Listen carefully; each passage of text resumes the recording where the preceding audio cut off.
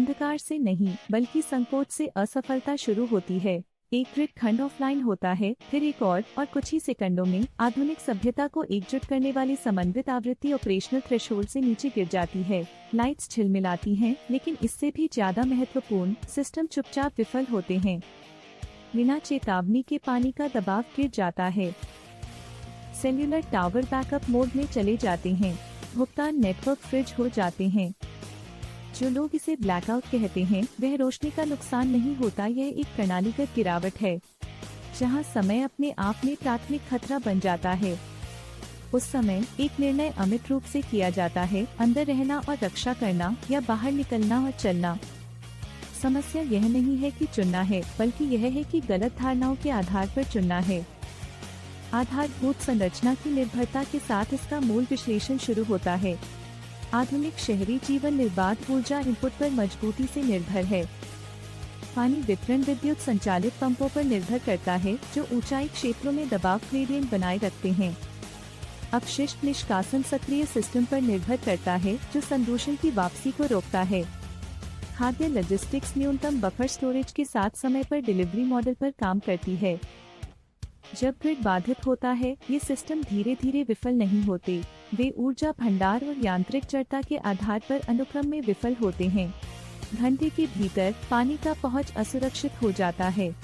एक दिन के भीतर स्वच्छता का जोखिम बढ़ जाता है। 3 दिनों के भीतर कैलोरी की कमी मानव व्यवहार पैटर्न को बड़े पैमाने पर बदलना शुरू कर देती है। सबसे सामान्य गलतफहमी यह है कि बग इन करना स्वचालित रूप से सुरक्षित है, क्योंकि यह आश्रय प्रदान करता है, या बग आउट करना गतिशीलता और नियंत्रण सुनिश्चित करता है। दोनों धारणाएं महत्वपूर्ण कारक की अनदेखी करती हैं। पर्यावरणीय लोड बनाम संसाधन घनत्व। स्थान पर रहना केवल तब काम करता है जब आपके स्थान पर पर्याप्त स्टोर किए गए संसाधन और बाहरी खतरों के लिए कम एक्सपोजर हो। छोड़ना केवल तब काम करता है जब आप एक ऐसे गंतव्य तक पहुंच सकते हैं जिसमें उच्च स्थिरता हो, इससे पहले कि प्रणालीगत तनाव अपनी चरम सीमा तक पहुंच जाए। छिपा हुआ कारक समय है, न कि पसंद। प्रारंभिक आंदोलन बुनियादी ढांचे के अवशेषों से लाभ उठाता है। गमन योग्य सड़कें, शेष ईंधन की उपलब्धता, कम जनसंख्या की हलचल। देरी से होने वाले आंदोलनों के कारण आपको उच्च घर्षण वातावरण में रखा जाता है, जहां हर किलोमीटर के लिए अधिक ऊर्जा और जोखिम की आवश्यकता होती है। प्रणाली के पतन की गतिशीलता और मानव व्यवहार की सीमा के पीछे छिपा विज्ञान है। आपदाओं की प्रतिक्रिया में अध्ययन दर्शाते हैं कि जब मूल सेवाएं 48 से 72 घंटे से अधिक असफल हो जाती हैं, तब सहयोगी सामाजिक व्यवहार प्रतिस्पर्धात्मक जीवन के प्रति बदलना शुरू होता है। यह अराजकता नहीं है, यह कमी के तहत पूर्वानुमानित अनुकूलन है।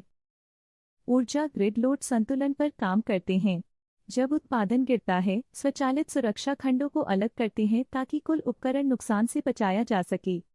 यह असमान ब्लैकआउट क्षेत्रों का निर्माण करता है, जिसका अर्थ है कि कुछ क्षेत्र लंबे समय तक आंशिक कार्यक्षमता बनाए रखते हैं।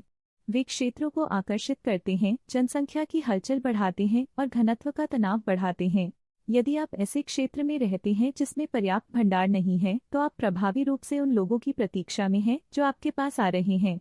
वास्तविक घटनाओं से सबूत इस पैटर्न को मजबूत करता है।